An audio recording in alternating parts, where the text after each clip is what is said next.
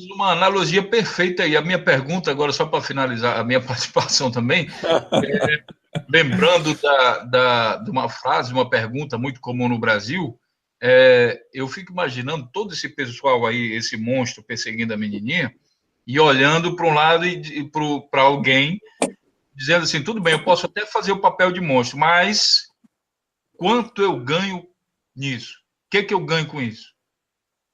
Porque não é possível que esse povo foi somente movido por preconceito, por isso, por aquilo outro. Eu acho que tem mais coisa nesse mingau aí. Mas você acha? Isso está escancarado. O juiz está ganhando R$500 mil por mês. Se um juiz casa com uma juíza, os dois têm auxílio moradia de R$6 mil. E o problema é o Bolsa Família para uma família inteira de nordestino no sertão, com R$70. Isso está quebrando o país. É o Bolsa Família de 70 conto para comprar uma cuia de farinha. Não é os 6 mil que cada um pega de auxílio moradia, não é a verba que eles estão recebendo aí, dinheiro as viagens que é pago e tal. Então, com a palestra do Lula. Salário de R$500 mil por mês. Não é isso que está quebrando o país. O que está quebrando o país é a cuia de farinha de 70 conto do cara que está lá no sertão, entendeu? Ocupando o território nacional, para ser território nacional. Porque você sabe, Morfeu, por que o Nordeste é brasileiro? Diga lá. Porque tem brasileiro lá ocupando. Se tivesse vazio, ia virar a Guiana Francesa, a Guiana Holandesa, entendeu? Alguém ia ocupar. Nós só somos Brasil porque tem brasileiros dispostos, entendeu? Com apetite, com coragem, de ocupar os lugares mais inóspitos do país. E assim formar essa soberania nacional. Então, os nordestinos que ocupam o sertão, os nortistas que ocupam os lugares inóspitos aí da Amazônia e tal, quilombola, esses é que estão fazendo o Brasil ser Brasil. Senão já seria outra coisa. E a duras penas, estão sendo exterminados, está tendo genocídio direto aí, pro fundão. Eu até falei com o pessoal da Rádio Juruti, lá do Pará, como é que a Alcoa fica contrabandeando minério. Quer dizer, estão sendo roubados por todo lugar. E os heróis da resistência, que são os nordestinos, os nortistas, os sertanejos, né, os ribeirinhos, eles são vistos como sub-raça, são desprezados. Rubens, Marco VT está falando para você o seguinte aqui, olha, Rubens é um monstro de sabedoria. Você já pensou? Você agora é o monstro que persegue a garotinha, mas só que de sabedoria. Não, eu sou daquele filme Alien vs Predador, é monstro que caça monstro. Deixa a garotinha lá de lado. Pessoal, a garotinha está ajudando. Vamos lá, deixa eu ser o chato aqui, o estraga-festa. Mas, embora o papo tá muito bom, a gente encontra o Rubens, a Thalita, o Morpheus voltando com todo o gás. Né? É isso aí. A gente precisa encerrar. É isso aí. Vamos encerrar, então, assim, com grande estilo. Só vou pegar e resumir um pouquinho sobre o que a gente falou, dizendo o seguinte: o tema do nosso programa de hoje foi Lula livre até quando o inocente ficará preso. Porque a gente quis fazer, então, um paralelo com o que está acontecendo. Existem muitas pessoas presas hoje injustamente, tanto aqui no Brasil como fora do Brasil. E o Lula representa esse, porque ele também foi preso injustamente. Agora, quais são os motivos que fazem pessoas serem presas injustamente? A gente falou de vários pontos aqui. Uma delas é que, primeiro, a gente tem que estar muito ciente de que juiz ele é um ser humano como qualquer um. Então, ele está exposto a reportagens, ele está exposto a interesses, ele está exposto a uma porção de coisas. E a gente percebe que, no caso de Lula, a coisa ainda é pior ainda, porque, além dos juízes terem sido avisados, a própria Provítimas avisou o juiz sobre as irregularidades do processo, ainda assim eles continuaram ao ponto de colocar o Lula na cadeia, uma pessoa injustamente presa. Portanto, eles foram avisados. Agora, a questão é, por que os indivíduos resolveram ir à frente, mesmo sendo avisados, continuar com essa irregularidade? E continuam até hoje. Bom, o que a gente percebe é o seguinte: o Brasil está no meio de uma guerra, uma lawfare, uma guerra não convencional, aliás, onde a lawfare é um dos mecanismos dessa guerra para fazer com que a população se volte não contra o bandido, mas contra o mocinho da questão. Hoje você conversa com algumas pessoas e essas pessoas são capazes de garantir que os monstros do filme, os vilões do filme são os bandidos, são os mocinhos. Esse é que se deve defender. É o que o Rubens está falando aqui. A gente precisa, então, ficar com os olhos bem atentos, e ainda bem, pelas pesquisas que se aponta, a população acordou para essa realidade. E que eles foram manipulados até um certo ponto, mas começaram a olhar o seguinte: calma aí, o Lula, tal, triplexzinho ali, um sítiozinho, enquanto o nego está com 50 milhões num apartamento, outro com 150 milhões ali, outro vendendo a Petrobras a preço de banana. Não, tem alguma coisa errada. Os caras começaram a acordar para a realidade. Por isso, o Lula está com mais de 40% de intenção de voto, e é o mais aprovado. No entanto, eles não querem soltar o Lula, porque exatamente o Lula representa o quê? A queda desse golpe. Ou seja, o Lula ser solto por ele seria o quê? O Lula voltar ao poder e refazer tudo isso que eles fizeram aqui. Fizeram essa barbaridade que estão fazendo. Então, a intenção do programa de hoje foi abrir os seus olhos para essa questão. Aí, como o nosso amigo Morpheus falou muito bem lá do João, o João falou alguns pontos lá sobre que a Dilma... O telefonema da Dilma, ele quis justificar a prisão do Lula agora por causa do triplex com o telefonema da Dilma com o Lula, que carta de... Primeiro de tudo, João, o juiz cometeu um crime ao fazer isso, ao liberar um telefonema como presidente da República. Portanto, ele deveria estar preso. Ninguém pode querer ir atrás da justiça cometendo injustiça. E o caso do fato do Lula, se você ouvir a conversa entre Dilma e Lula naquela conversa, não tem nada demais ali. Foi apenas um fato que ele jogou na imprensa para causar um impacto no povo, e você é um desses. Foi impactado por isso. Não justifica a prisão. E que não justifica. Na verdade, naquele momento, Lula não tinha ele não era nem réu. O Lula não era nem réu, ele podia facilmente assumir a presidência. Mas como nós estamos numa lawfare, numa guerra não convencional, e nós temos essa lawfare contra o Lula e contra várias pessoas da esquerda, e é por isso que você vai ouvir falar muito petralha, você vai ouvir falar muito comunista, tudo que é ruim é comunista. Por quê? Eles querem criar um inimigo único em que você odeia esse inimigo, e quando você odeia, você tira toda a sua razoabilidade, você vira uma pessoa manipulada, porque você não raciocina, você não consegue ver... Por exemplo, é como um touro brabo dominado pelo chifre. Exato. Eu poderia... Pode falar.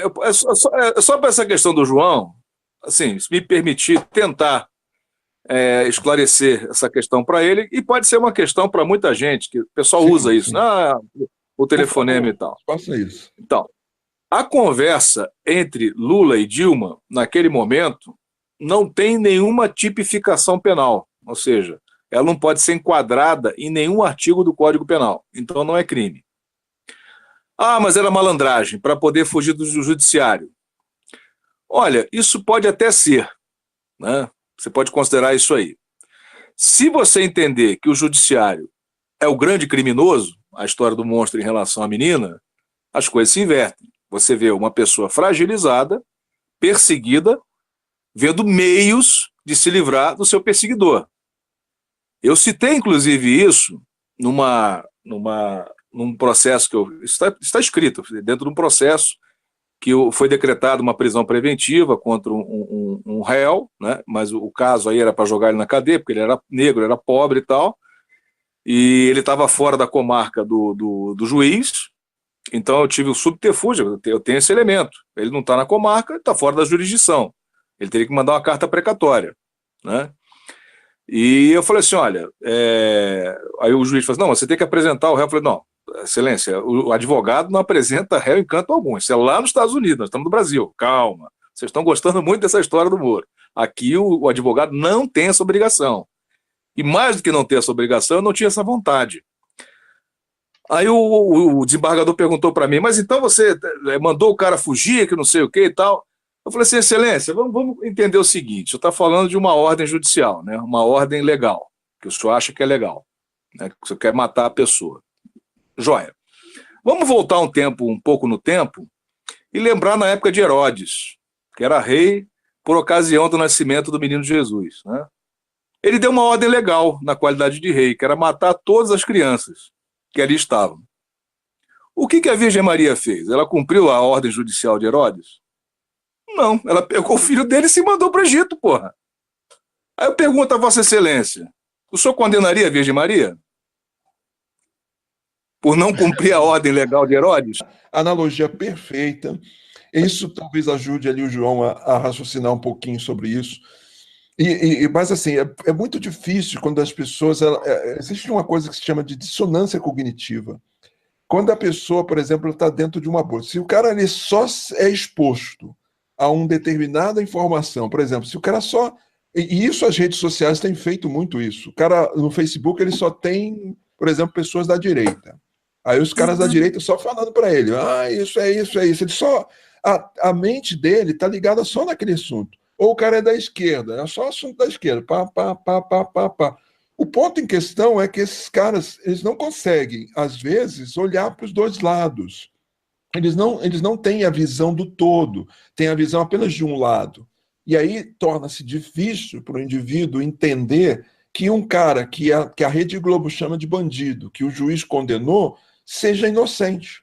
Quer encerrar aqui, se o Rubens tiver alguma coisa para falar, o Morfeu tiver alguma coisa para falar, e a Thalita, é o momento de a gente encerrar a nossa conversa aqui.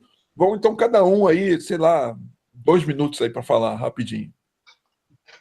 Rubens. Eu, por mim, só agradeço a vocês a oportunidade de estar conversando com vocês. A gente vai aprendendo muita coisa, vai aprendendo a interagir, vai cada vez mais aprimorando as ferramentas de defesa aí para esse negócio de lawfare.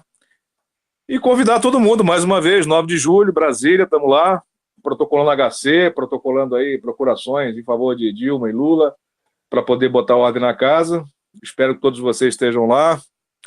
O meu boa tarde aí ao presidente Lula, à presidente Dilma, tá certo? A todos vocês. Muito obrigado. Olha, eu queria dizer o seguinte, eu sou um fã incondicional de competência. E eu preciso concordar aqui também com o pessoal que está todo mundo escrevendo e dizendo a mesma coisa. O Rubens é um camarada dotado de uma capacidade, um discernimento, sabe, uma maneira até tranquila de expor os pensamentos, e todos os pensamentos ele encontra a lógica perfeita, a analogia perfeita para elucidar os seus pensamentos. E, cara, eu fico lisonjeado, sabe? Eu fico emocionado até de ver, assim como eu fico zangado de ver tanta coisa ruim, tanto por arroba no Bolsonaro, eu fico emocionado de ver também uma pessoa tão competente, tão capaz como o doutor Rubens, que está participando aqui com a gente. E se eu pudesse, geograficamente, seguir um líder como o Dr. Rubens, fatalmente eu faria isso, porque eu admiro competência, a sensatez e o discernimento, que são características que o Dr. Rubens cada vez mostra que é mais aqui. Então, assim, hoje, a live de hoje, o tema foi muitíssimo importante, mas eu falo a vocês, sinceramente, pessoal, eu sou alguém emotivo, né? Eu mostro a minha racionalidade, mas assim com emoção. E eu vejo o Rubens traduzir tudo isso para uma coisa simples também de ser compreendida, só que dentro da competência dele, dentro da capacidade dele. Então, assim, eu fico enormemente agradecido de participar de um hangout em que o Dr. Rubens também está participando. Claro, isso sem querer tirar todas as qualidades do Oráculo e da Thalita, de todos vocês que estão aqui participando do nosso hangout. Então, eu já estava com inveja, pronto para espalhar um boato contra o o doutor Rubens Mas espalhar o boato. eu também já estava assim, o pessoal dizendo isso e aquilo outro, eu digo, vou sentir inveja, mas o cara é um monstro, velho. Aí A gente vai ter que empurrar ele para algum cargo político. Vai representar a gente, Rubens. A gente já quer, já. A gente já quer. Gente, ó, vocês estão me deixando sem graça, meu. Até cortei o áudio aqui, que, porra, brincadeira. O pessoal tá rindo aqui no escritório, cara. Não, eu faço das palavras do Morpheus, eu já falei isso contigo numa live, né, o Rubens.